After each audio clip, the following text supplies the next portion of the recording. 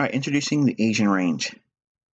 Now, what is the Asian range? Well, the price action prior to the Frankfurt Open or London opening can be very indicative of the future intraday price movement.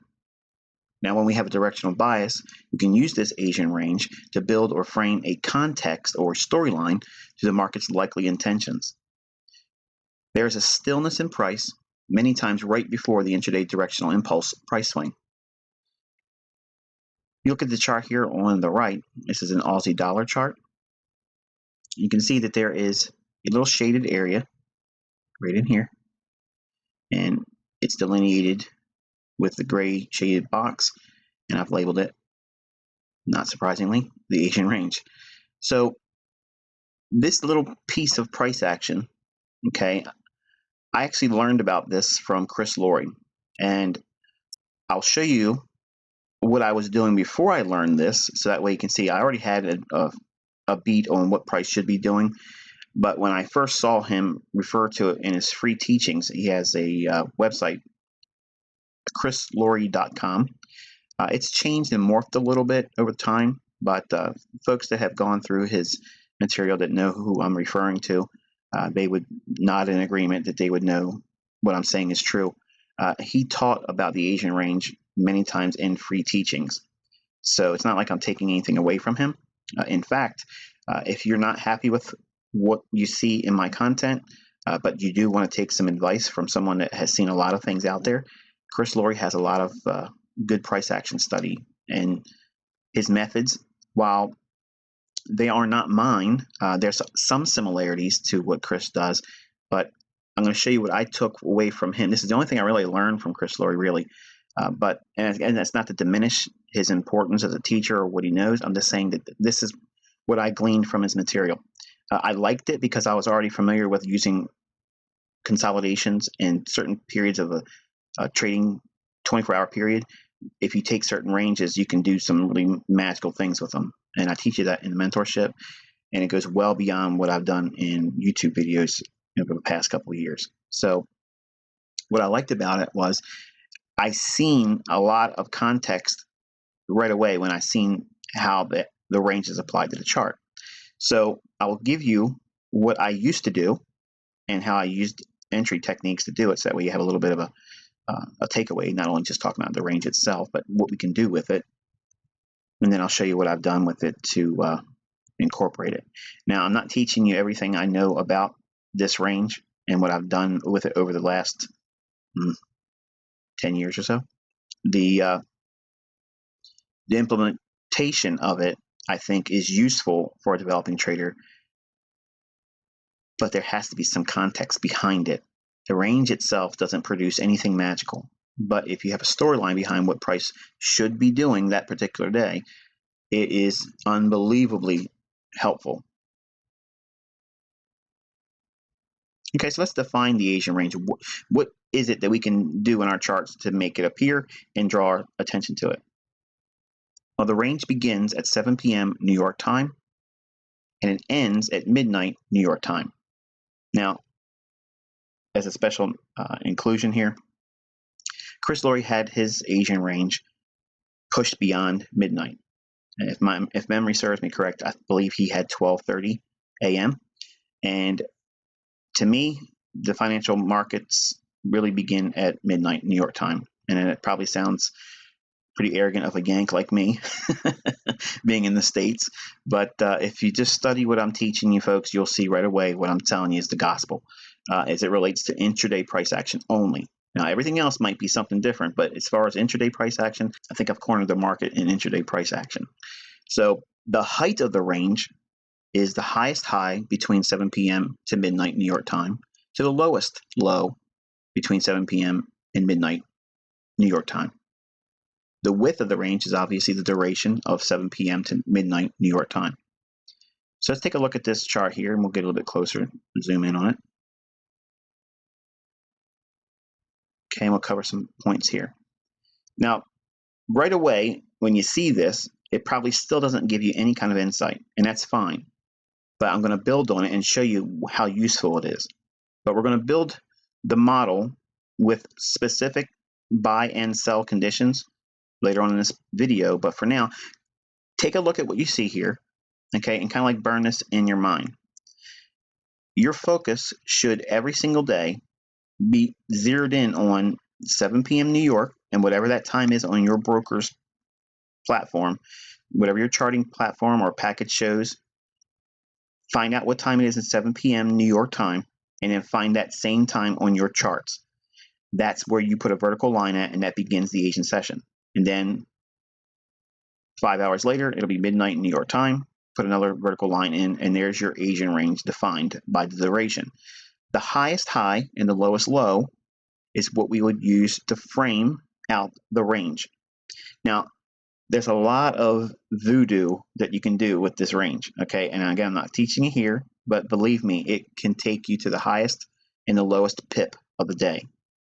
There's some things you have to incorporate in that, and I teach that in the mentorship, but for now, I'm going to teach you a very simple approach to how to use this, and when you can filter out trades and not do anything that may end up taking a loss if you do otherwise. So let's take a closer look and remove all of the benefit of seeing the price action there. Okay, now we do have the benefit of hindsight, but nonetheless, I want to kind of build an understanding about what this range does, or at least my interpretation of it, and how I was able to see right away the importance of utilizing it in my view on price action.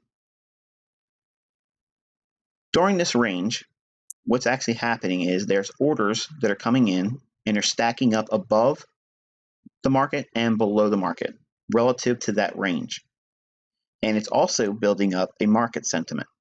Now, this compression of market participation starts to build up closer and closer and closer until we get to midnight in New York. As soon as we cross over midnight time in New York, we are in fertile ground for price movement. We're going to assume that everyone in this listening audience is familiar with channels, okay, or trading ranges.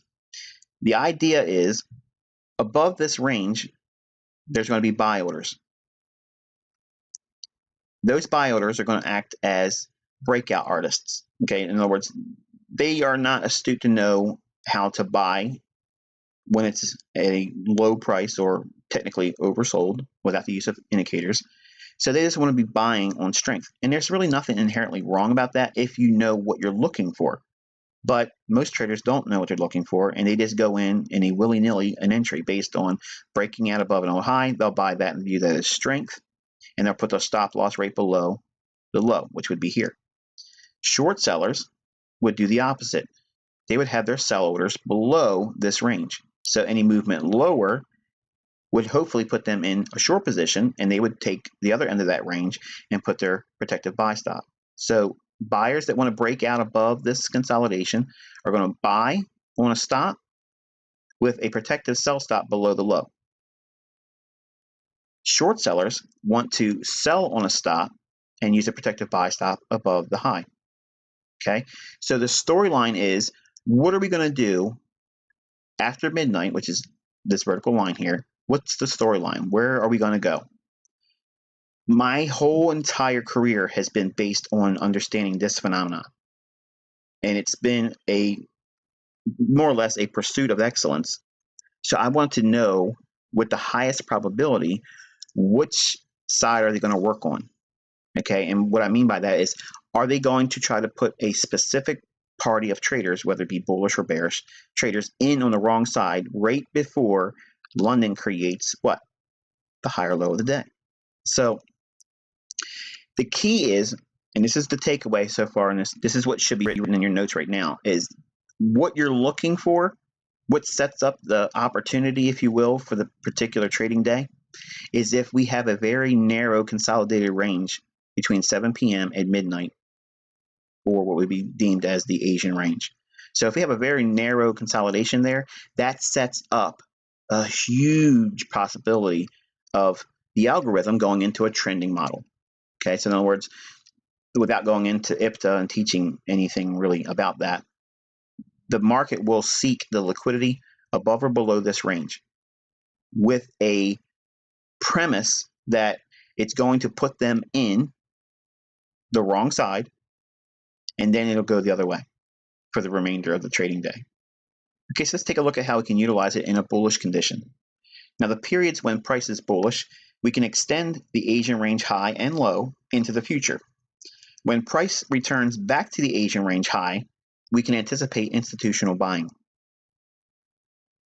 So let's take a look at that as an example here.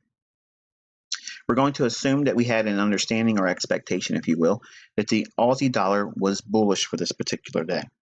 Now, if you want to know what would lend well to coming to that conclusion of being bullish, if you look at the daily chart, you'll see that there was a reason for the Aussie dollar to reach up to a equal high. Okay, and you go down to a 4-hour or a 1-hour chart, you'll see also that it's obvious. You can see it. So far, what we've shown in the teachings in this series, it's been pretty obvious to know where the liquidity is. And that's what this whole day was reaching for, the buy stops above equal high. Now, again, I want to take off the Asian range and provide just a blank chart.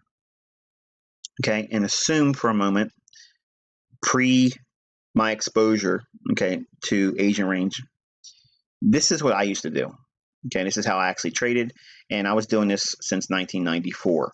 So you'll appreciate, hopefully, the evolution, if you will, of my understanding about how this whole buying below the open when it's bullish or selling above the open when it's bearish, all those ideas came from this individual specific element that I'm going to show you now.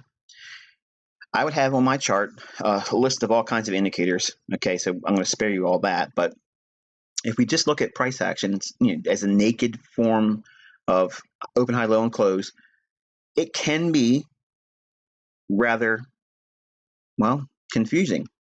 But if you look for specific times of the day and specific generic concepts or characteristics that should manifest themselves, then there's a storyline that'll start to develop, and you get this over the years. Many times it's referred to as tape reading. Many times it's referred to as gut feeling or just trader's intuition, or just, as I call it, intuition and experience, if you will. Once you know what you're looking for, you wait for that scenario to unfold. So this is what I would have done without the Asian range. This is how I always traded the S&P, the bond market, and currency futures. I would get the opening price at midnight, okay? And that opening price is seen here, right there. And all I do is draw that opening price out all the way out until 11 o'clock in the morning, New York time. Now, the reason why I would draw it out to 11 o'clock in the morning, New York time, is because that would be the end of the morning trend for the S&P 500. Okay, so that there's a reason for that hour. It's not that I'm just pulling that number out of the air. It's also very close to what was taught in the previous teaching, the London close. So that's what makes that London close scenario. It's the end of the AM trend on the stock market or equities market in the States. Also, it overlaps conveniently enough with the close of London trading. So there's a little bit of manipulation that goes on in there and some profit taking. So it creates an opportunity. But for opening range concepts, I draw it out to 11 o'clock in the morning, New York time. Okay. So if we are looking for a bullish scenario, and I'm going to just make the case that we would be expecting a higher Aussie dollar here, I want to see price initially drop down below that opening price because I want to be buying below the opening price. The understanding is I want to figure out what Larry Williams said he couldn't do as a teacher. I took it as a challenge as a student. That's what I'm going to look for. I'm going to figure that out. And this is what my interpretation of how to do that very thing was seen in price action. I would use the opening price, and as it dropped down, I would buy right there. Now, if I either did not have the guts to do that, or I missed the opportunity, sometimes I would wait for a specific price, it wouldn't get there, and then it would take off. If I saw a reversal or potential reversal, I would look at the high right before the drop down. And here you can see there was a small little segment of price action right before that drop down. I would put a buy stop right there. Now, as I graduated in my understanding, I would look to get in as price was dropping down, but I'd also have this buy stop in place. Even if I was able to get in, many times price would sometimes snap me in and put me in on the buy stop and on my market order as price was dropping down. So in other words, what I was doing was I was waiting for price to drop down below this horizontal line or trend line segment here, okay? That's delineating the opening price at midnight New York time. The drop down below that, I'm hopefully trying to buy that. Now, as it starts to drop, my eye goes right here because now we're below the opening price. It may go lower and give me my ultimate price of entry, but it may not. So as soon as it starts to break down after midnight and it goes back down below the opening price, I immediately add a buy stop to half the position I want to trade at this point here. So in other words, if my full position down here was, say, 10 standard lots, I would go in with a buy stop at 5 standard lots right here. So that way, worst case scenario, if I don't get my fill here and it reverses, if you will, and runs real quick for these highs, it'll put me in at least half the position I wanted to get on down here. So half of something is better than nothing. If I were able to put on the full position down here, I would still try to take this stop off if I get my full position on down here. Sometimes I wasn't able to do that. Now, the problem is in your mind is, okay, what happens if you put your full position down here and you're risking 2%? Well, I wasn't risking 2%.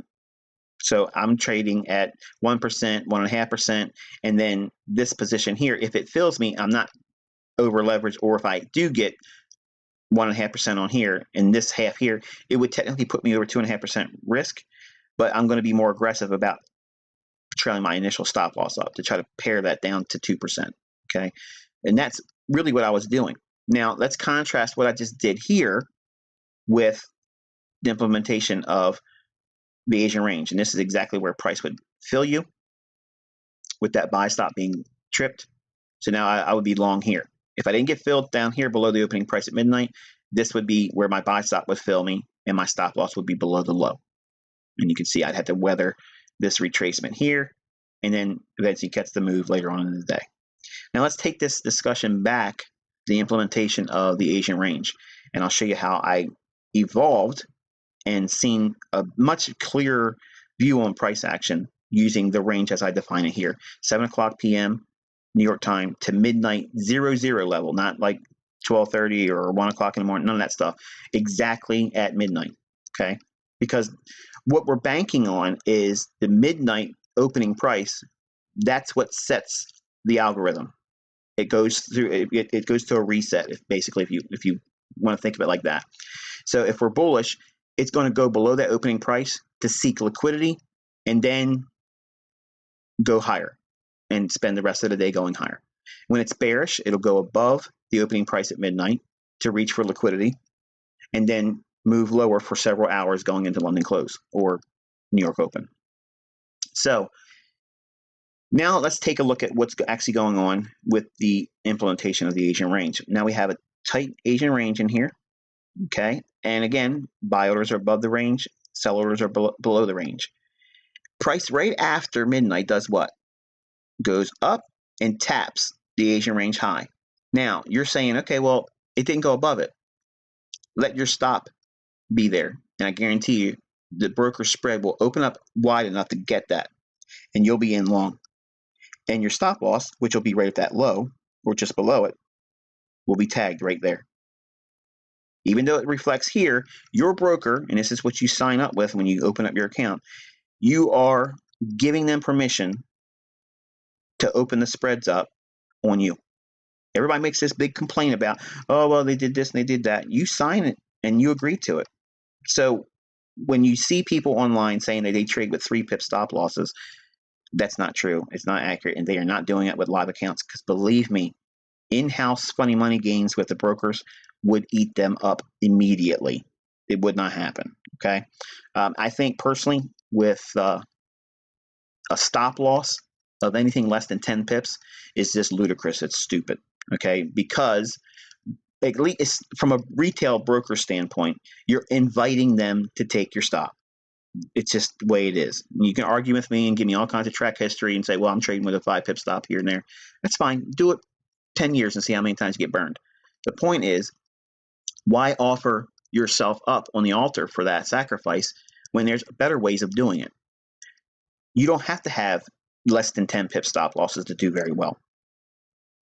We have an Asian range in here with the understanding, or in this model, we're going to expect bullishness. Okay. And price starts to go up initially and comes back down and breaks the Asian range down here.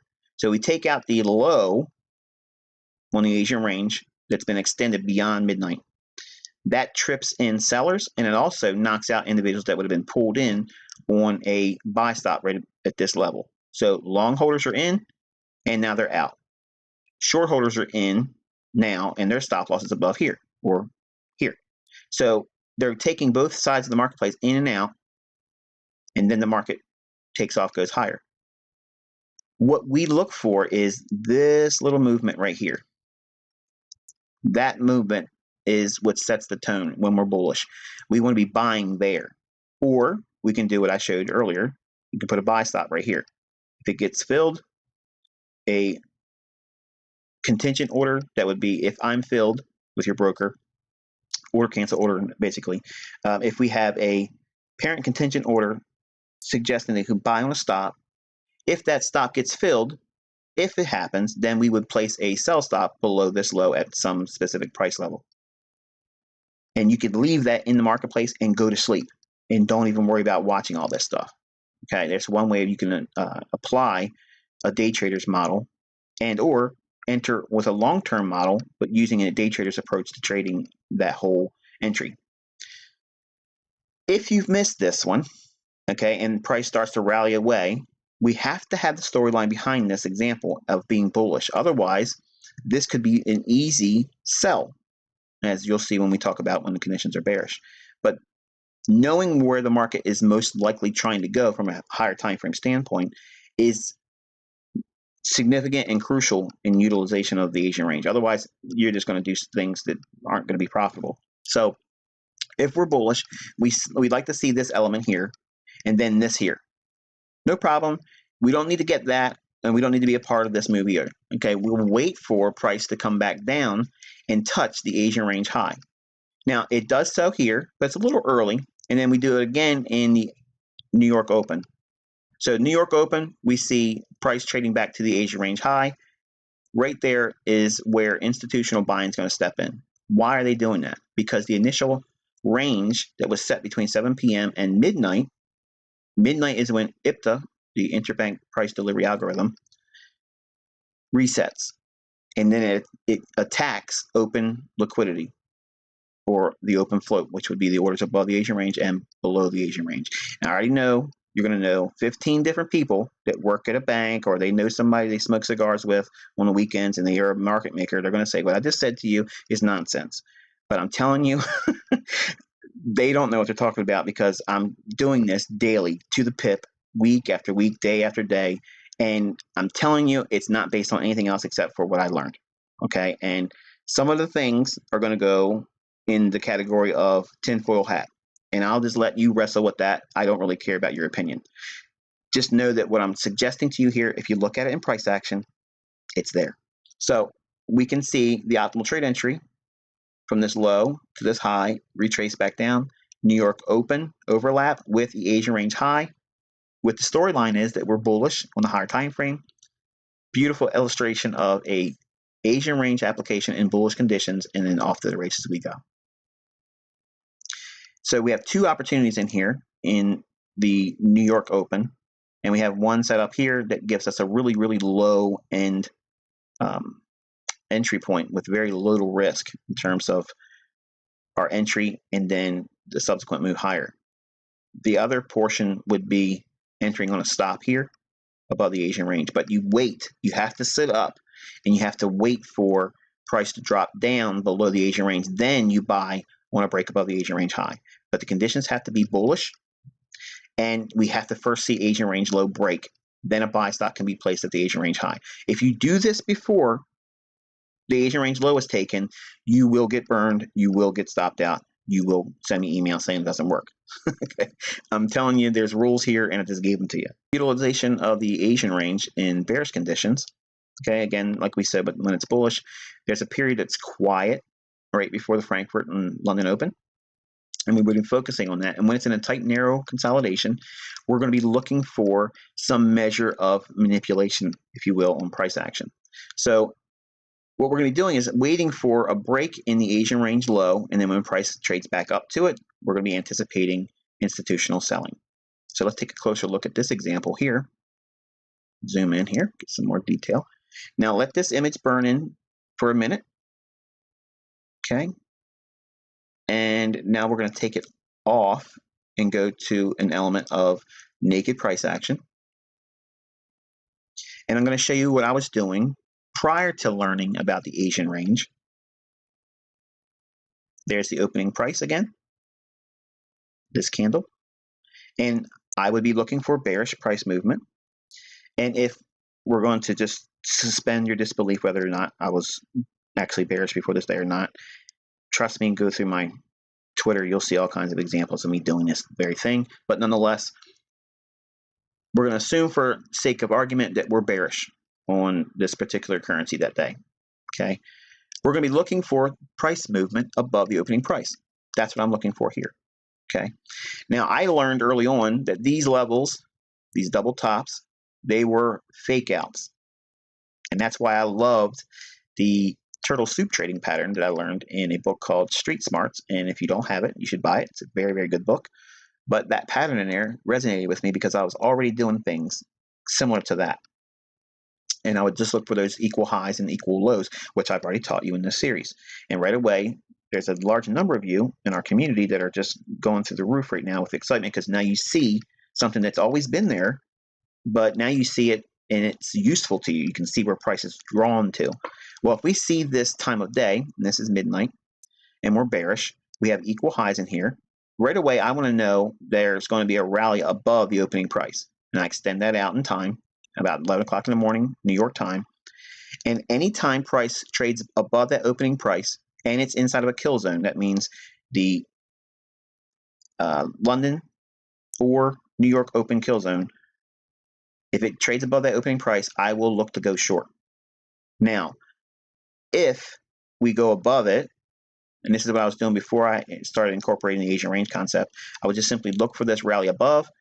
If I got this scenario here, I was selling right there. I would sell short the S&P. I would sell short Deutschmark. I would sell short the Swiss franc. I would sell the yen. All those commodity futures contracts. That was my entry technique right there. And then I would go to sleep and wake up around 5 o'clock in the morning. Hopefully, I'd get some profit, and I would take something off. Trail my stop loss really, really tight. Sometimes get stopped out. Other times it would carry right on over into Globex, into open outcry in the pits. And then I would catch some more follow through in the day session hours in the New York session. But if that's my entry point there, just like anybody else, life may get in the way. I may get sick. My kids may be complaining about growing pains and I can't be in front of my charts. This happens. I'm a dad, I'm a husband, I own two, I'm a pet parent, I own two boxers, and anything can happen, okay, to distract me from actually getting in where I want to get in at. I don't always use limit orders. There's certain conditions where I want to use a limit order, but mainly I want to be executing right when the market's happening to be trading against my directional bias for the day. I don't mind market orders. So folks that say you shouldn't be using market orders, they should be using limit orders. Again, that goes along with not knowing what I do. I'm actually trading aggressively right as the market's screaming higher. I go marketing, selling short right then and there. And you've seen my examples. I'm getting in there right at the highs and or the very lows. So I don't care what anybody else's opinion is. I can do it over and over again. And I've repeatedly shown it week after week. If you are up and awake looking at London, you can use market orders. But if I am not going to be awake, I will put a limit order in about 2 pips above these equal highs. My limit order would be about there, and my stop loss would be about 35 to 40 pips. And I would go to sleep and be comfortable with that.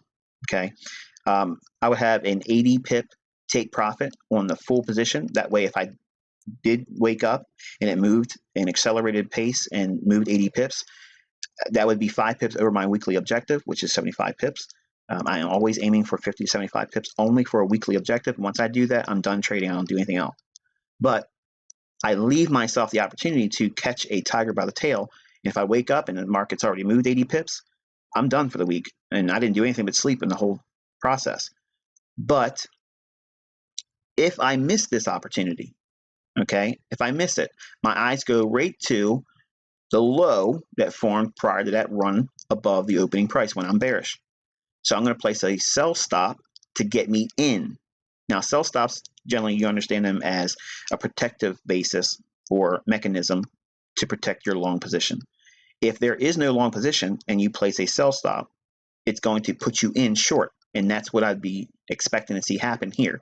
So when price drops down, I could be short there, and my stop loss would be above the high of the day. So let's assume for a moment that I missed this opportunity here, and I just can't stay up. Something happens, my wife is getting ready to have a baby, and this has happened.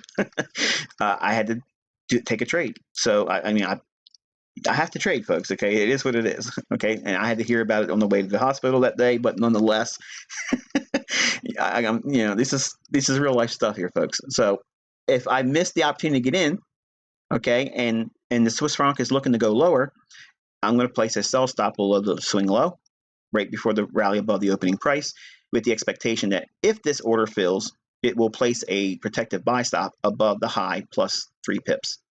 And then again, same scenario, I would have a take profit of 50 pips, which is the low end of my weekly objective, and that's it. I don't trail my stop.